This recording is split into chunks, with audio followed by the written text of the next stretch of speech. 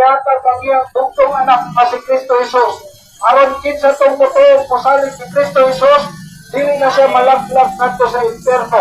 Apan makamatod siya kinabuhi nga walay katapusan diha ni Kristo Jesus, mga higala igsoon. Mga higala, 2,000 years ago, ang atong Diyos Amahan nagpadala sa iyang anak na si Kristo Jesus dinhi sa kalibutan, mga higala.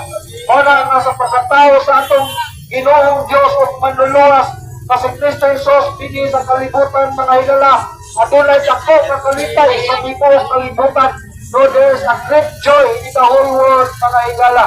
Muna, mga higala, ano man tungod kay na tao na ang manlulubos sa kalibutan. So the Savior is born, mga higala, hindi sa kalibutan.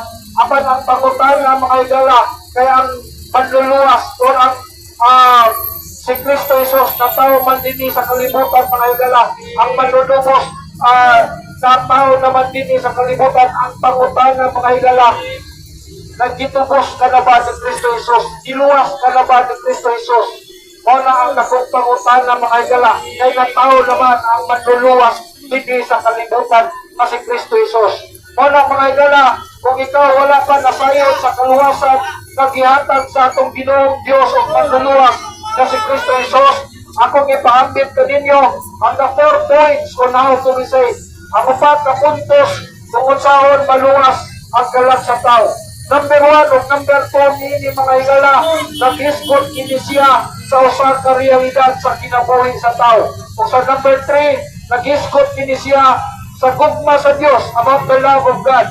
O sa number 4, nag-isgot kini siya sa maayong balita sa kaluwasan diya ni Kristo Jesus. The gospel of salvation in Jesus Christ. Number 1, life is short. Ang kinabuhi mubura. The Bible says in James 4:14, whereas ye know not what shall be on the morrow, or what is your life.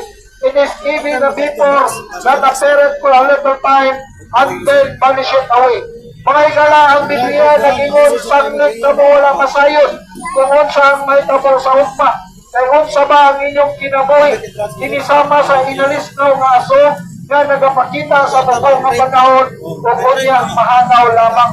So diri sa number 1, mga higala, illustration diri nga life is short, or ihulagway diri nga ang kinabuhi mubura, sama sa inalis ng aso nga nagapakita sa bugong nga panahon o kunya mahanaw lamang. So ngalong nagsulti man ang Biblia niini, mga higala, tungod kay ang atong kinabuhi nini kalibutan na temporaryo lang. Lumalabay lang ang atong kinabuhi nini kalibutan na. Walay tao nga magpabili ng kalibutan na hangtod sa hangtod. Duhara ka sitwasyon ang may tabor sa tao hindi sa kalibutan. Hindi makaabot siya sa pagbalik sa atong Ginoong Diyos o manluluwas na si Kristo Jesus. Kung di siya makaabot, sigurado kayo na kita mabalik sa abot. Nagitan na sa abot, mabalik na sa abot.